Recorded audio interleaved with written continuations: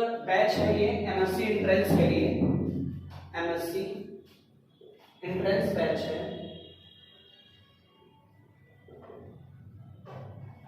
और MSc entrance जो इस समय 2023 की बात करते हैं, 2023 में तो जितने भी सेंट्रल यूनिवर्सिटीज हैं या और अच्छे स्टेट यूनिवर्सिटीज हैं, ये सभी यूनिवर्सिटीज सीयूईटी से एफिलिएटेड, सीयूईटी के थ्रू अपना एंट्रेंस एग्जाम करवा रही हैं, सीयूईटी के थ्रू अपना एंट्रेंस एग्जाम करवा रही हैं।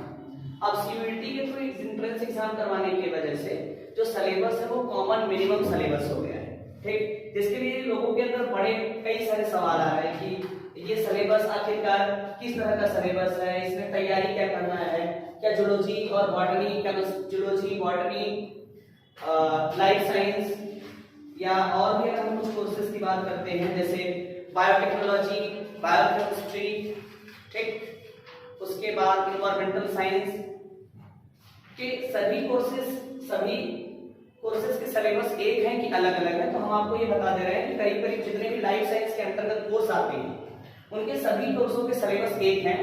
और ये सिलेबस जो है वो हमने अपने डीडीबी ट्यूटोरियल लाइफ साइंस के चैनल पे, ये है डीडीबी ट्यूटोरियल का लाइफ साइंस का चैनल है टेलीग्राम में, उस पे ये सिलेबस हमने अपलोड कर दिया है। आप अगर वहां से चाहें तो जाके इस सिलेबस को देख सकते हैं, जिसमें zoology, botany, life science, biotechnology और ऐसे कुछ जो लाइफ साइंस से संबंधित चैप्टर्स हैं वो सारे चैप्टर्स के लिए 8 लेसन उन्होंने दिए हैं, 8 चैप्टर उन्होंने बनाए हैं इन सभी एंट्रेंसों के लिए। तो उसको एक बार आप लोग जाके वहां पे देख लेंगे कि क्या है, सब क्या क्या चीजें हैं। तो उसमें हम कुछ सिलेबस के बारे में 2 मिनट बता देते हैं और उसके बाद ये सीरीज एंट्रेंस सीरीज चलेगी, लंबी चलेगी। तो इसमें कुछ 8 चैप्टर आप लोगों को पढ़ने के लिए दिए गए हैं। तो पहला जो चैप्टर होगा उसका नाम है टेक्निक्स। पहले चैप्टर जो है वो टेक्निक्स के हैं, पहला चैप्टर टेक्निक्स का है। टेक्निक के अंदर कई सारी चीजें पढ़नी है, जैसे आपको क्रोमेटोग्राफी पढ़ना है, स्पेक्ट्रोफोटोमेट्री पढ़ना है, माइक्रोस्कोप पढ़ना है, इलेक्ट्रोफोरेसिस पढ़ना है, सेंट्रीफ्यूज पढ़ना है, पीसीआर पढ़ना है, ठीक है, ब्लॉटिंग टेक्निक्स पढ़नी है।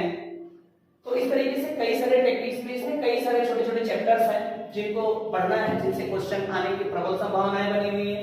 दूसरा है आपको पढ़ना क्रोमेटिन और उनके फंक्शंस के बारे में पढ़ने हैं। क्रोमेटिन, प्रोकैरियोट्स और यूकैरियोट्स दोनों में ही chromosome, chromatin, organisation of chromosome, ठीक है, इन सारी चीजों के बारे में पढ़ना है। तीसरा जो चैप्टर होगा वो बायोकेमिस्ट्री पढ़ना है, ठीक है ना, ये इसमें क्रोमोसोम के बारे में पढ़ना है और क्रोमोसोमल ऑर्गेनाइजेशन। तीसरा जो चैप्टर होगा वो बायोकेमिस्ट्री है, बायोकेमिस्ट्री। बायोकेमिस्ट्री में आपको बायोमॉलिक्यूल पढ़ने, इन बातों को समझें आप लोग। बायोकेमिस्ट्री में बायोमॉलिक्यूल पढ़ना है और दूसरा पढ़ना है मेटाबॉलिक पाथवे, मेटाबॉलिक पाथवे पढ़ना है। मेटाबॉलिक पाथवे में कई सारे पाथवेज आपको देखने के लिए मिलेंगे, जैसे glycolysis, gluconeogenesis, glycogenolysis, glycogenesis, Kreb cycle, MDC cycle कहते हैं उसको।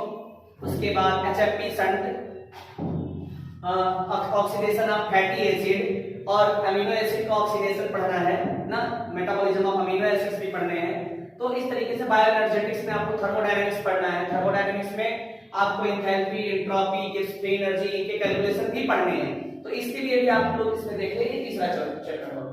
चौथे चैप्टर की अगर हम बात करते हैं तो चौथा चैप्टर आपको जो पढ़ना है वो बायोटेक्नोलॉजी पढ़ना है, बायोटेक पढ़ना है। और बायोटेक में आपको recombinant DNA technology, cloning vector, plasmid, palindromic sequence of DNA, industrial uses of biotechnology पढ़ना है। Plant culture, tissue culture, animal culture, environmental uses of biotechnology पढ़ना है। तो इस तरीके से बायोटेक्नोलॉजी के ये कुछ पोर्शंस होंगे। सिलेबस वहां पे मैंने अपलोड कर दिया, उसको आप लोग एक बार देख लेंगे।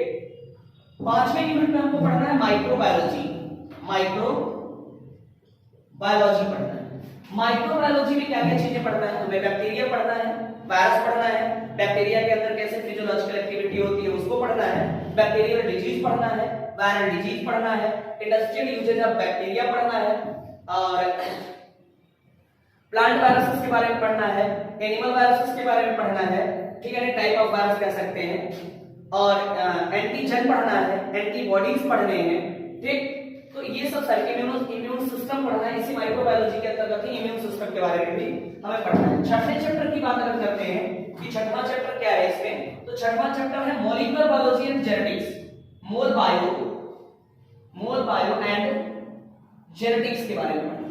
यानी मॉलिक्यूलर बायोलॉजी और जेनेटिक्स। मॉलिक्यूलर बायोलॉजी में क्या क्या चीजें पढ़नी होंगी, न्यूक्लिक एसिड पढ़ना है, ट्रांसक्रिप्शन पढ़ना है, ट्रांसलेशन पढ़ना है, regulation of gene expression first second दोनों पढ़ना है, ट्रांसक्रिप्शनल जीन रेगुलेशन और ट्रांसलेशनल जीन रेगुलेशन के बारे में पढ़ना है। इसमें आरएनए स्प्लाइसिंग, आरएनए एडिटिंग, ठीक, और कैप फॉर्मेशन यानी 5 प्राइम कैपिंग, पॉलीएडेनिलेशन, ये सारी चीजें आपको देखने के लिए मिलेंगी इस मॉलिक्यूलर बायोलॉजी में। और मॉलिक्यूलर बायोलॉजी के बाद जेनेटिक्स पढ़ना है, जेनेटिक्स में भी कई सारी चीजें देखने के लिए मिलेंगी आपको। तो मॉलिक्यूलर बेसिस ऑफ जेनेटिक्स पढ़ना है, जीन बेसिस ऑफ जेनेटिक्स पढ़ना है, मेंडल्स के लॉ पढ़ने हैं, मेंडल के लॉ के आगे की जो चीजें हैं, जीन एक्सप्रेशंस हो गए, सेक्स इन्फ्लुएंस कैरेक्टर हो गया, ठीक है, सेक्स लिमिटेड कैरेक्टर हो गया, इन सारी चीजों को इस जेनेटिक्स में पढ़ना है। थोड़ा सा ध्यान देंगे, सारी बातें आपको समझ में आएगी। मैं ये सीरीज चलाऊंगा पूरा सीयूईटी एंट्रेंस के लिए, और ये पूरे सीरीज को अगर आप देखें तो आपके लिए बेनिफिशियल हो सकता है, खासतौर से एमएससी के सभी बच्चों के लिए, zoology, botany, biotechnology, molecular biology, जो जिसको भी लाइफ साइंस में करना है, उन सारे लाइफ साइंस की हिस्ट्री। सातवां चैप्टर जो होगा इसमें भैया, उसको कहते हैं प्लांट साइंस। प्लांट साइंस के बारे में बात करना है। तो प्लांट साइंस में हमको क्या क्या पढ़ना है, प्लांट साइंस में बेसिकली आपको दो चीजें देखने के लिए मिलती हैं, प्लांट डायवर्सिटी पढ़ना है और प्लांट फिजियोलॉजी पढ़ना है। एकदम क्लियर इस बात को समझ लें आप लोग कि ऐसा नहीं है कि जो जूलॉजी से करेगा उसको ये प्लांट वाला पोर्शन नहीं पढ़ना है, जो बॉटनी से करेगा उसको एनिमल वाला पोर्शन नहीं पढ़ना, सबको सारा चैप्टर पढ़ना है। कुल मिला के आपको 8 चैप्टर मिलेंगे इसमें, चाहे जिसका भी एंट्रेंस आप लोग दें, आपको ये 8 चैप्टर पढ़ने हैं, दीज आर नॉट कंपल्सरी। तो प्लांट डायवर्सिटी में आपको ब्रायोफाइट पढ़ना होगा, टेरिडोफाइट पढ़ना होगा, एंजियोस्पर्म पढ़ना होगा, जिम्नोस्पर्म पढ़ना होगा, एंजियोस्पर्म पढ़ना होगा। फिजियोलॉजी में आपको सारी चीजें पढ़नी है, फोटोसिंथेसिस, ट्रांसपिरेशन, ग्रोथ, ठीक, इस तरीके से बातों को पढ़ते हुए चलना, मतलब ग्रोथ हार्मोन्स पढ़ना है, वर्नलाइजेशन पढ़ना है, फोटोपीरियोडिज्म पढ़ना है, ये सारी चीजें। और इकोनॉमिकल इंपॉर्टेंट प्लांट्स के बारे में भी पढ़ना है। अगर हम 8वें चैप्टर की बात करते हैं, 8वां चैप्टर पे ध्यान दीजिएगा, उसी सीक्वेंस में इधर एनिमल साइंस पढ़ना है, एनिमल साइंस पढ़ना है। एनिमल साइंस की अगर हम बात करते हैं तो एनिमल साइंस में भी वही दो चीजें, एक होगा एनिमल डायवर्सिटी,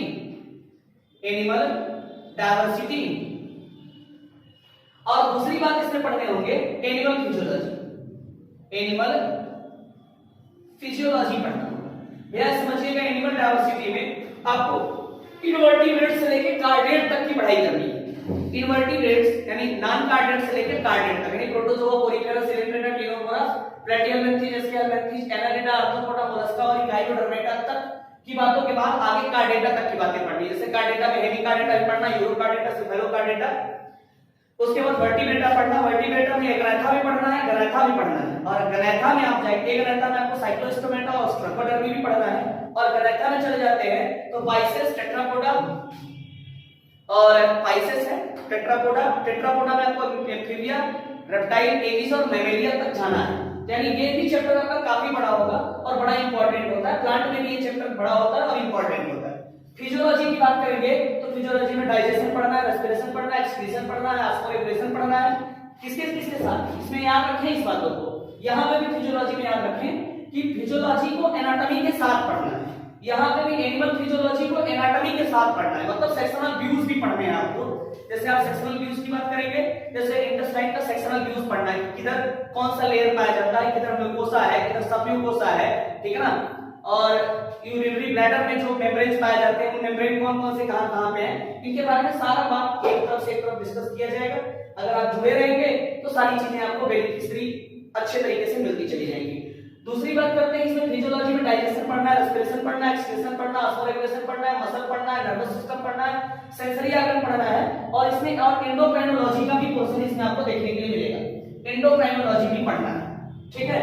और इसके बाद कुछ इसमें और भी पोर्शन आपको मिलेंगे, अप्लाइड टाइप के मिलेंगे। अप्लाइड टाइप में जैसे आपको एनिमल कल्चर पढ़ना है, सेल कल्चर पढ़ना है। इसी में इस पोर्शन में, फिजियोलॉजी वाले ही पोर्शन में आपको इधर कैंसर पढ़ना है, एपोप्टोसिस पढ़ना है। तो ये इतने 8 चैप्टर आपको पूरा का पूरा मिलेगा और हमको लगता है कि ये सीरीज वाइज हम स्टार्ट करने वाले हैं। और ये आज सिलेबस का डिस्कशन था थोड़ा सा। सिलेबस आप लोगों को Telegram channel DDB tutorial life science में मिल जाएगा। मैं उसको लिख भी दे रहा हूँ, अब चाहे तो वहां से ले सकते हैं। वहां पे बहुत सारी बुकें भी आपको मिलेंगी जो आपके लिए काम आ सकती है। सीबीएसई के नोट्स भी वहां पे मिलते हैं, ठीक है। आपके भी नोट्स उसमें जाते रहेंगे, चैप्टर वाइज जाते रहेंगे। चैनल का नाम है डीडीबी ट्यूटोरियल लाइफ साइंसेस। तो इस डीडीबी ट्यूटोरियल लाइफ साइंस को आप लोग ऐड कर देख लीजिएगा। और आपको यहाँ पे जो लोगो दिखाई दे रहा है, ऐसा ही लोगो वहां पे भी दिखाई देगा। उसके क्या बोलते हैं, डीपी बोलते हैं।